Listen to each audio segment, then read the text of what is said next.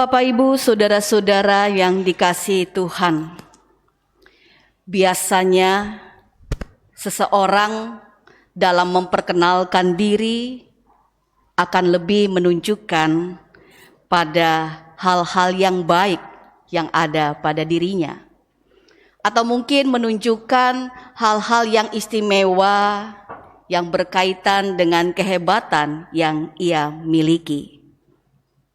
Jarang orang dalam memperkenalkan diri atau mungkin di dalam mendapatkan sebuah tugas dengan menyebutkan berbagai kelemahan yang dimiliki.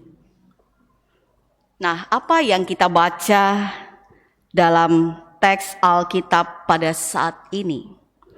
Ketika Paulus menyampaikan pesan-pesan atau nasihat-nasihat yang bersifat penggembalaan kepada Timotius, ia menyatakan bahwa sejak awal sesungguhnya dia adalah orang berdosa. Paulus tidak malu, tidak sungkan untuk menyatakan kekurangan dirinya dan perbuatan-perbuatan yang tidak baik yang pernah ia lakukan di masa yang lampau, karena saat itu dia melakukan dan mengajarkan hal-hal yang di luar iman. Nah, Bapak, Ibu, saudara-saudara yang dikasihi Tuhan, Paulus menyatakan bahwa dirinya adalah seorang yang sesungguhnya tidak layak, penuh dengan dosa. Tapi syukur kepada Allah bahwa dia dipilih untuk menjadi salah seorang rasul Kristus, menjadi salah seorang pekabar Injil yang bekerja bersama dengan para pekabar Injil lainnya, dengan rasul-rasul Kristus lainnya, untuk menyebarkan tentang kasih dan keselamatan Allah hanya di dalam Yesus Kristus. Dan disinilah kita melihat bagaimana Paulus menuliskan surat ini kepada Timotius untuk memberikan penguatan kepada Timotius dan juga kepada orang-orang lainnya yang akan ambil bagian dalam sebuah pekerjaan pelayanan. Jangan pertama-tama menonjolkan diri dengan kekuatan dan kehebatan yang dimiliki, tapi lihatlah bahwa sesungguhnya setiap orang memiliki keterbatasan dan kekurangan, namun Tuhan yang menguatkannya, sehingga orang tersebut mampu melaksanakan apa yang Tuhan percayakan. Dalam bacaan kita dinyatakan bahwa Paulus sangat bersyukur, ya, dengan hati yang gembira, dengan luapan sukacita. Dia menyatakan bahwa aku bersyukur kepada Dia yang menguatkan aku, yaitu Kristus Yesus Tuhan kita, karena Ia menganggap aku setia dan mempercayakan pelayanan ini kepadaku. Sungguh Paulus bersyukur dan bersukacita karena dia boleh menjadi salah satu bagian penopang pelayanan, karena Kristus yang memilih, menetapkan dan menguatkan serta meneguhkan dirinya. Kata pelayanan dari kata diakonos yang diambil di sini, artinya dia memberi diri, melayani Tuhan dan melayani sesama. Dan Paulus mengingat bahwa semua ini bukan karena kekuatan yang ada pada dirinya. Sebentar lagi dia akan berhadapan dengan maut, karena dia akan dihukum mati, ya. Paulus tahu bahwa konsekuensi dari pemberitaan Injil adalah hukuman mati. Tapi Paulus tetap melaksanakan dengan penuh syukur akan pemberitaan Injil, karena dia tahu apa yang dia pertaruhkan di dalam pelayanan ini, kelak dia akan menuai upahnya. Tuhan adalah setia dan Dia hakim yang adil. Bapak, Ibu, saudara-saudara, ada kata yang penting di sini yang menjadi penekanan bagi kita, yaitu aku bersyukur kepada Dia yang menguatkan aku. Paulus merasa bahwa satu waktu dirinya pernah mengalami kelemahan. Ya, sebagai manusia tidak ada semua orang yang kuat. Ada satu waktu, ada satu titik di mana kita bisa jatuh pada sebuah kelemahan, kerapuhan, ketidakberdayaan, ketakutan, dan kekhawatiran. Nah, di sini Paulus mengatakan, aku bersyukur kepada Tuhan yang menguatkannya. Penguatan apa yang Allah berikan? Banyak ya buat Paulus. Tuhan menjaga, melindungi Paulus dari mara bahaya. Paulus banyak kali mengalami tantangan saat memberitakan Injil. Dia pernah dipagut ular, dia pernah mengalami kapal karam, ya. Dia pernah dikejar-kejar orang, dia pernah ditolak ya dalam sebuah persekutuan seperti di jemaat Korintus, ditolak kerasulannya, ya. Dipandang rendah pelayanannya, ya. Kemudian berbagai tantangan yang sifatnya adalah manusiawi, kelemahan dalam diri, ya. Dia juga pernah merasakan sakit, tidak berdaya, tapi Tuhan meluputkan dia dari semua hal-hal itu. Sehingga dengan segala tenaga, dengan segala kekuatan, dengan segala pertolongan yang ada dalam dirinya, dia tetap mau melakukan tugas yang Allah percayakan baginya. Nah, Bapak Ibu, saudara-saudara, teks ini sangat penting untuk kita pahami dan renungkan bersama, bahwa di tengah-tengah pelayanan kita juga pernah mengalami betapa beratnya tugas pelayanan yang kita kerjakan, sehingga kita memerlukan kekuatan daripada Tuhan. Ya, Bapak Ibu yang aktif dalam pelayanan, ya, kira-kira menurut Bapak Ibu, hal-hal apa yang membuat Bapak Ibu berat dalam menjalani pelayanan ini? Apa Bapak Ibu? Dalam hal apa? Ya, waktu, ya. Banyak orang, ya, menyatakan bahwa pelayanan itu berat. Karena apa? Karena keterbatasan waktu. Kita dalam satu hari ada 24 jam. Yang kalau dibagi-bagi, tampaknya dengan segala kepentingan, dengan segala kesenangan, kurang, ya. Belum lagi pekerjaan dan mengurus rumah tangga, tampaknya 1 kali 24 jam itu kurang. Lalu ditambah ketika hadir dalam pelayanan, terlibat dalam pelayanan, itu bisa memberatkan kita sehingga membuat kita, Tuhan tolong kuatkan saya untuk bisa mengatasi beban pelayanan ini, karena waktu-waktu yang begitu terbatas.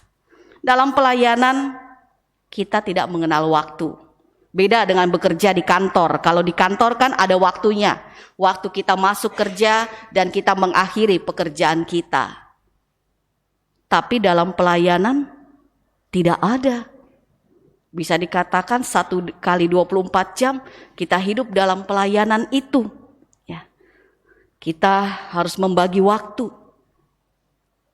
Disinilah kita memerlukan penguatan daripada Tuhan. Ya.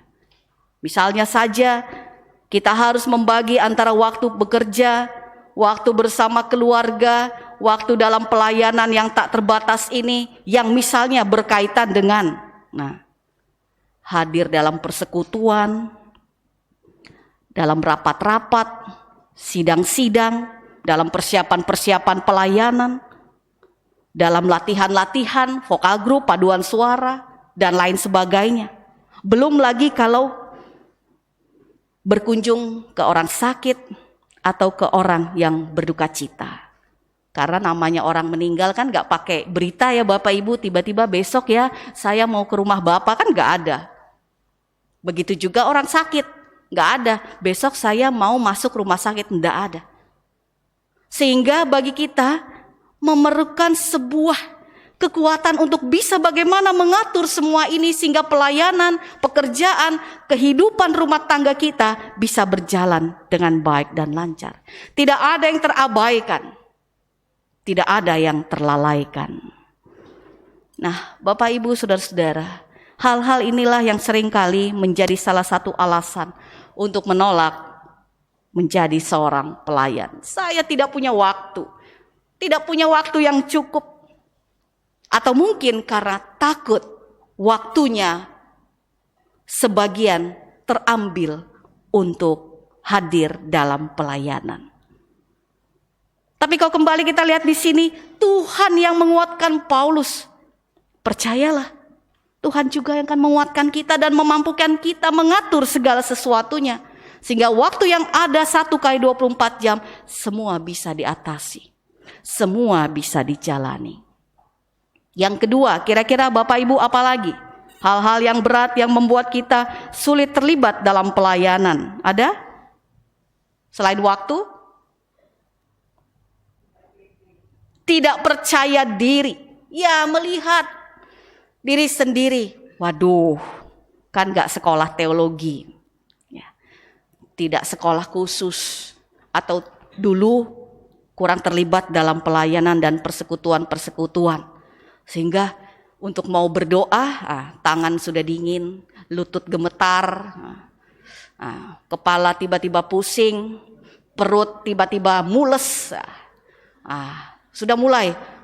Padahal belum dipilih untuk berdoa. Baru dikatakan nanti jadi pelayan ya. Langsung semua mules, sakit. Lihat diri sendiri. Gak bisa ngomong. Ada orang mengatakan, saya Bu Pendeta, kalau di depan orang banyak, di tempat pekerjaan saya bisa berpidato. Tapi kalau sudah di gereja, itu kayaknya mulut saya terkatup. Gak bisa ngomong, gak bisa bicara, otak saya kayaknya buntu. Tidak percaya diri.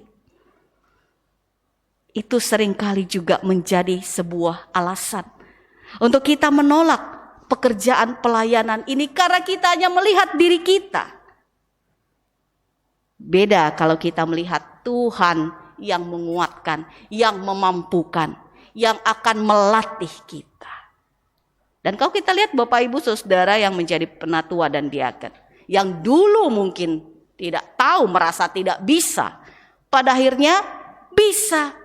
Mengapa? Karena Tuhan yang bekerja di dalam diri setiap pelayan yang dipilihnya. Yang ketiga, ada lagi Bapak Ibu? Kira-kira apa lagi?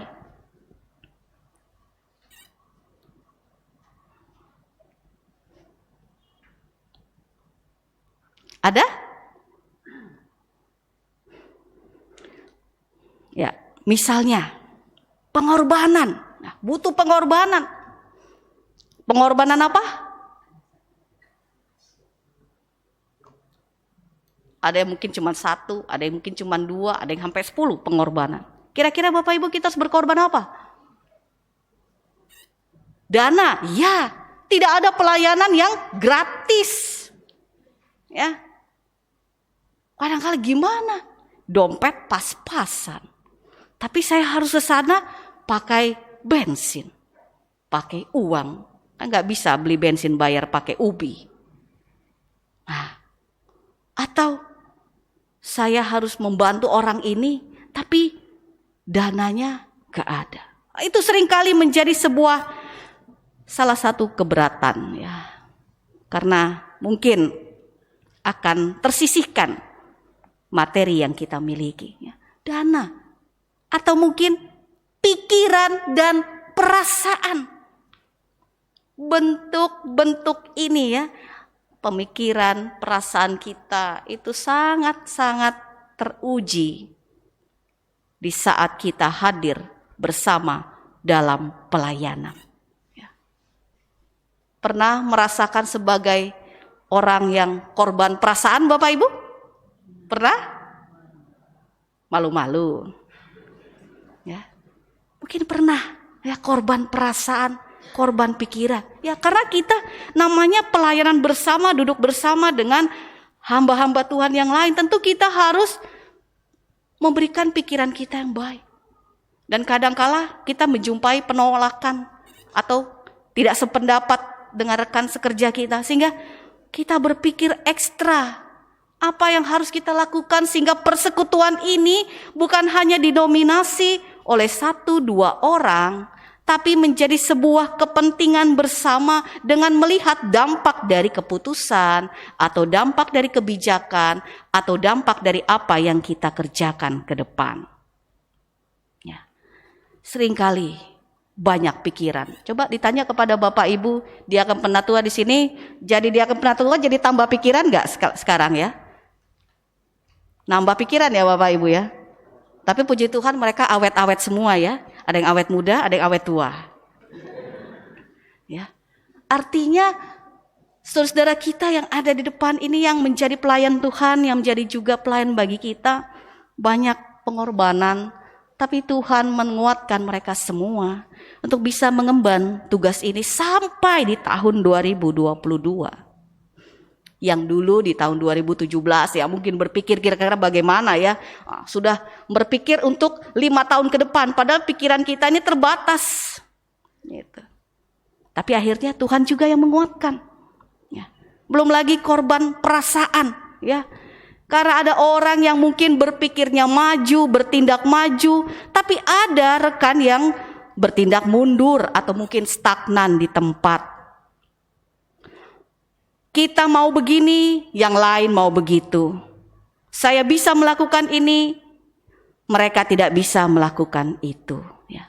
Jadi ada banyak suasana, situasi dan kondisi yang membuat kita harus mengorbankan pikiran dan perasaan kita, bukan untuk membuat kita menjadi lemah, tapi untuk menjadi kita semakin terasa dalam hal iman, pengharapan, dan kemampuan kita untuk melayani Tuhan.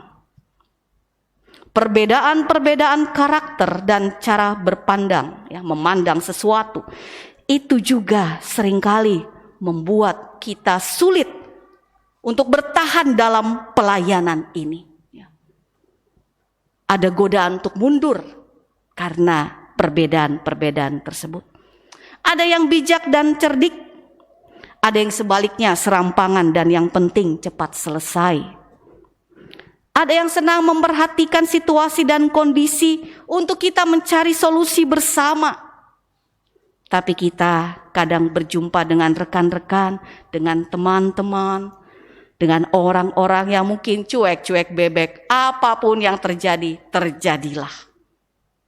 Nah, ini juga yang membuat kita kadang harus terus-menerus bertanya kepada Tuhan, sampai di mana Tuhan mengaruniakan kekuatan bagi saya, bagi kita untuk bisa menghadapi situasi yang seperti ini.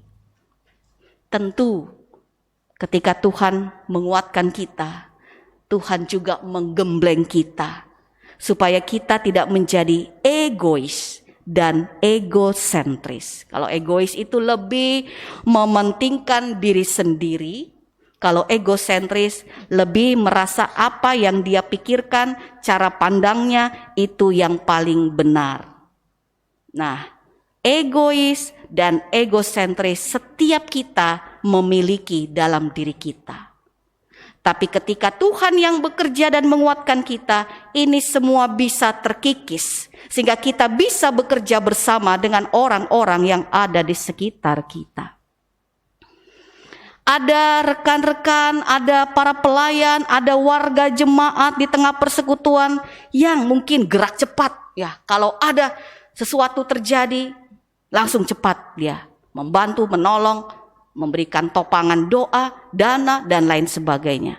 Tapi mungkin ada yang lambat, ya, lambat bertindak, dan sebagainya. Ada yang rendah hati, tapi ada yang sabar. Semua hal ini diizinkan Tuhan terjadi di lingkungan pelayanan dan persekutuan di mana kita berada, supaya kita mengalami apa yang Paulus lakukan. Tuhan menguatkan ketika kita mengalami situasi yang berat, situasi yang sulit, kita mengandalkan Tuhan. Tuhan yang mempercayakan pekerjaan ini, Tuhanlah yang akan bekerja di dalam diri kita. Ada tuntutan untuk bersikap sempurna. Itulah yang kadang-kala juga bisa membuat seseorang kehilangan kepercayaan diri. Dituntut untuk bisa berkata-kata, berkhotbah misalnya. Dituntut untuk bisa melakukan satu tindakan yang baik, yang selalu baik. Padahal kita tahu diri kita jauh daripada kesempurnaan. Nah, disinilah kita diingatkan oleh firman Tuhan. Kita semua orang-orang yang tidak sempurna. Kita semua orang-orang berdosa. Siapa di antara kita yang mengatakan bahwa kita tidak berdosa? Atau kita yang paling benar? Tidak ada, termasuk diri saya.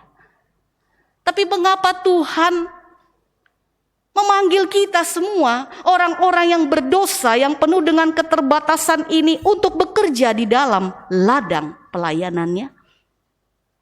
Mengapa? Karena dialah yang akan bekerja dalam kehidupan kita.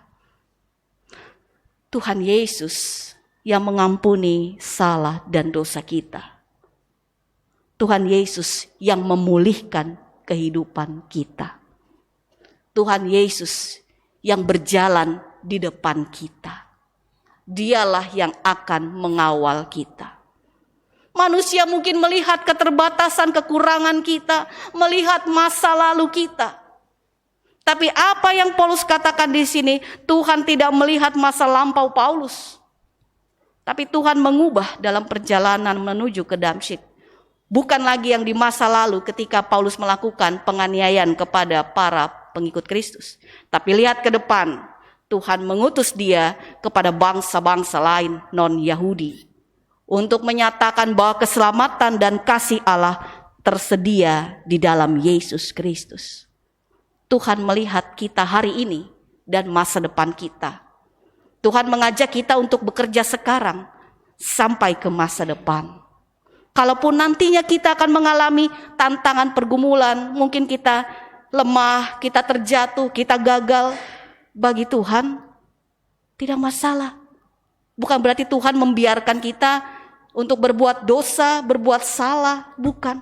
Tapi Tuhan tahu siapa kita. Kalau kita jatuh, Tuhan yang mengangkat kita.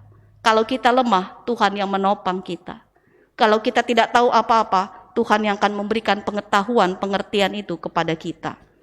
Kalau kita merasa tidak bisa bicara, tidak bisa berdoa, tidak bisa menyusun khotbah, tidak bisa berkhotbah, tidak bisa melakukan tugas pelayanan apapun, tidak bisa memimpin, Tuhan yang akan kasih kemampuan dan kekuatan itu kepada saudara-saudara, kepada kita semua.